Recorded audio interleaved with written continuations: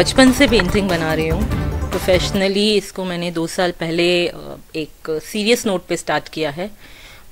मेरे family, friends, colleagues, x bosses सबका बहुत सपोर्ट रहा है इसमें।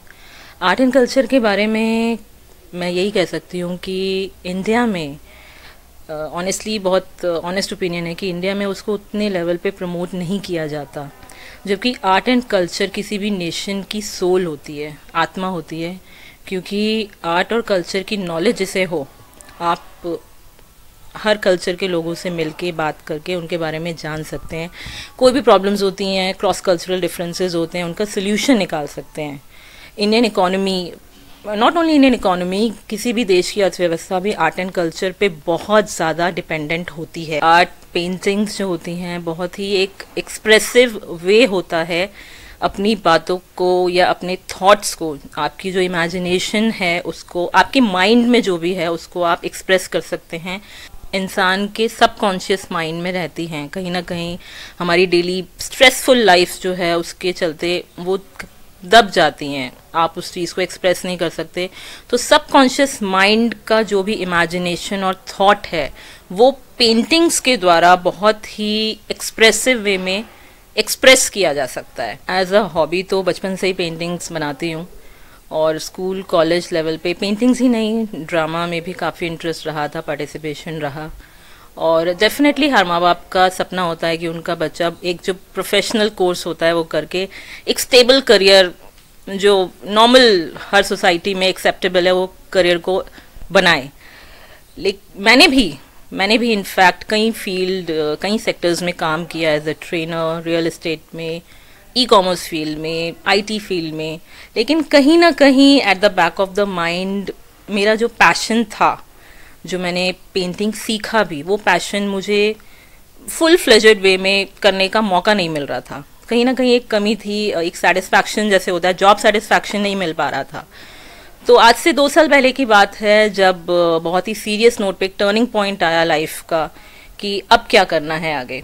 काम भी कर लिया, बहुत से लोगों से मुलाकात भी हुई, cross cultural differences, learning experience ले लिए। तो 2 साल पहले कुछ ऐसा हुआ मेरी लाइफ में डेफिनेटली, जिससे मुझे आर्ट की तरफ कंप्लीटली झुकाव हो गया। और इसको इंस्पायर करने के लिए, आप ये कह लीजिए, इस पोटेंशियल को और भी ज़्यादा एक्सप्रेस करने के लिए मेरी सिस्टर, जो कि खुद एक फोटोग्राफर और राइटर हैं, उनका भी बहुत बड़ा हाथ है। और मेरे फादर, जो कि हमेशा से एक इंस्पिरेशन रहे हैं, उन्होंने भी पेंटिंग लर्न किया है और वो मुझे बहुत टिप्स देते हैं। जतिन दास, जो एक रिनाउंड आर्टिस्ट हैं, हर कोई जानता है उन्हें, उनके साथ उनके स्टूडियो में मैंने काम किया है। और उन्होंने भी एज अ ग्रैंड चिल्ड्रन हमें ट्रीट किया, जितने भी लोग उनके स्टूडियो में काम करते थे, तो उनसे भी बहुत कुछ सीखने को मिला। तो कहीं ना कहीं आप ये कह लीजिए कि सोर्स ऑफ इंस्पिरेशन ये 3 लोग तो डेफिनेटली हैं मेरी लाइफ में, फैमिली और प्रोफेशनल लाइफ से अगर आप लें। और अभी भी सीख रही हूँ, अभी भी बहुत कुछ सीखना है। और आर्टिस्ट, यस, मनी मेरे लिए तो खैर इतना मतलब मायने नहीं रखता, क्योंकि पैसा ही लाइफ में सब कुछ नहीं होता। आर्ट, पेंटिंग्स और कल्चर का नॉलेज जिसे आ जाता है, वो अपनी लाइफ में बहुत कुछ सीख जाता है। और उसकी सोल क्लियरिंग, आप क्लिनजिंग जैसे कहते हैं, एक एनर्जी क्लिनजिंग होती है, वो हो जाती है। तो वो बहुत इंपॉर्टेंट होती है किसी की भी लाइफ में, क्योंकि पैसा तो एक माया है जो कि आज किसी के पास है, दूसरे के पास नहीं। मेरी paintings basically spiritual, feng shui, abstract base पे रही है। वास्तु भी इनफैक्ट बहुत इंपॉर्टेंट रोल रहा है, क्योंकि मैंने अपनी लाइफ में जहाँ जहाँ काम किया, मैंने ये चीज़ देखी कि स्ट्रेस बहुत इंपॉर्टेंट फैक्टर था। लोगों को अपनी वर्क लाइफ को बैलेंस करने का मौका नहीं मिल पाता था। तो कहीं ना कहीं कलर्स का बहुत इम्पोर्टेंस होता है, सिग्निफिकेंस होता है हर किसी की लाइफ में, क्योंकि कलर्स डेफिनेटली सन जब तक लाइट है उसी से ही इफ़ेक्टिव हैं। और कलर्स हमारी ह्यूमन साइकोलॉजी को बहुत इफ़ेक्ट करते हैं। तो उन रंगों को हम किस तरीके से अपनी साइकोलॉजी में मिक्स करते हैं, साइंस और स्पिरिचुअलिटी का मिक्सचर या मर्जर आप कह लीजिए करते हैं, तो कहीं ना कहीं पेंटिंग्स भी उस चीज़ को, अगर आप कोई पेंटिंग बनाएं इन सभी फैक्टर्स को ध्यान में रखते हुए, तो ये आपको डेफिनेटली एक स्ट्रेस फ्री लाइफ जीने का तरीका सिखाती है। और स्पिरिचुअलिटी बेस्ड पेंटिंग्स अगर रहेंगी तो कहीं ना कहीं जो चीज़ हम अपनी स्पिरिचुअलिटी से दूर होते जा रहे हैं आजकल, वो हमारी लाइफ में वो हम उसके करीब आएंगे, नेचर के करीब आएंगे, जो कि बहुत इम्पोर्टेंट है। जहाँ तक मेरा मानना है, humanity is the biggest religion और धर्म, जाति, कास्ट या किसी के बेसिस पे कुछ भी डिस्क्रिमिनेशन या कन्वर्जन, उस पे कुछ भी कहना, मैं बहुत मतलब बहुत छोटी हूँ, उसको बहुत यंग हूँ, उसके बारे में कुछ भी कमेंट कहीं पे भी नहीं होना चाहिए, क्योंकि हम सब at the end of the day एक ही हैं। वी ऑल आर वन, जो कि सोल है। सोल, तो सोल जो होती है, जब बॉर्न होती है, जब जन्म लेती है, तो वो प्योर होती है। उसको कभी भी ये मार्क नहीं मिलता कि वो हिंदू है, मुस्लिम है, कैथलिक है या दूसरे किसी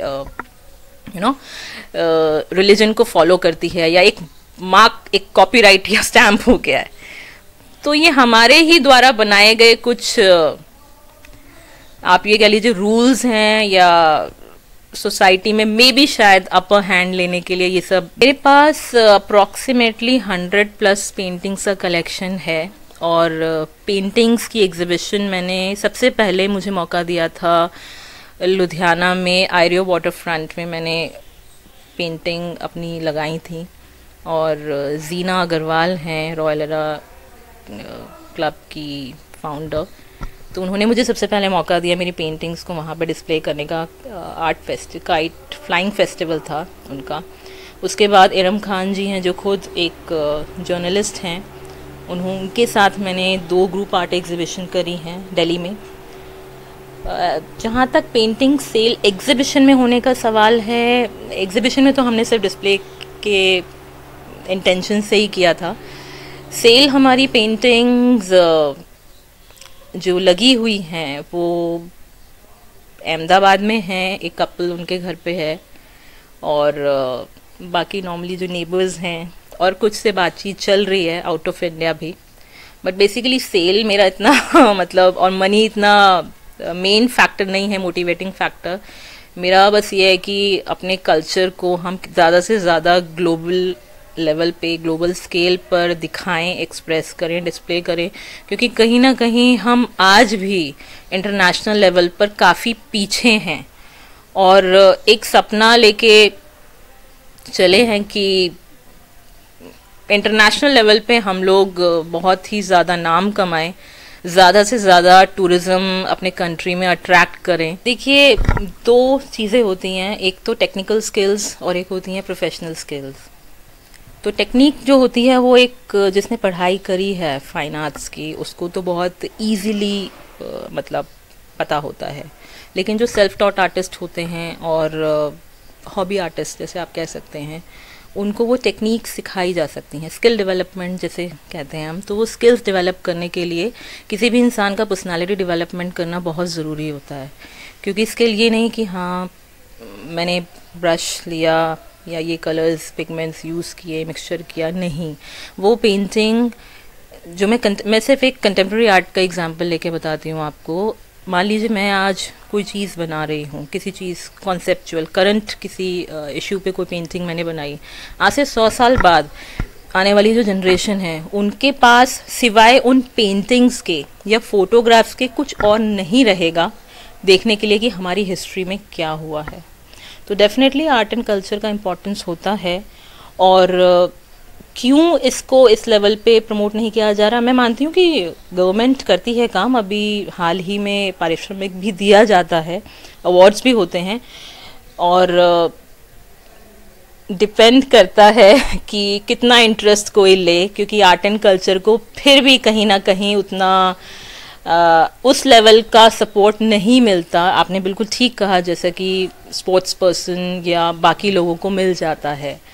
वो सिर्फ एक अवेयरनेस क्रिएट करने की बात है, जहाँ पे हम लैक कर रहे हैं। किसी एक को आगे बढ़ के एक इनिशिएटिव लेना पड़ेगा, ताकि वो बात जो राइट पॉइंट ऑफ कांटेक्ट है उनको हम बता सकें कि ऐसा भी है। इस चीज़ को भी आप देखिए, जैसे डाइंग आर्ट है, मिथिला, मधुबनी और भी घरानों के कई आर्ट हैं, उनको लाना, उनको एक प्लेटफॉर्म पे दिखाना चाहिए।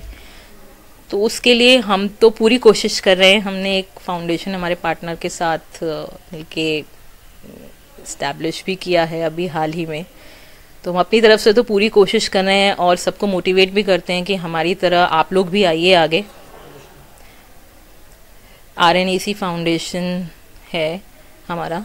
मैं नीति बिष्ट आप सभी देशवासियों को दिवाली, भैया दूज, छठ पूजा और गुरुपुरब की हार्दिक शुभकामनाएं देती हूँ। आप सभी से दरख्वास्त है कि आप सब लोग मिलजुल कर शांतिपूर्वक रहिए। धन्यवाद।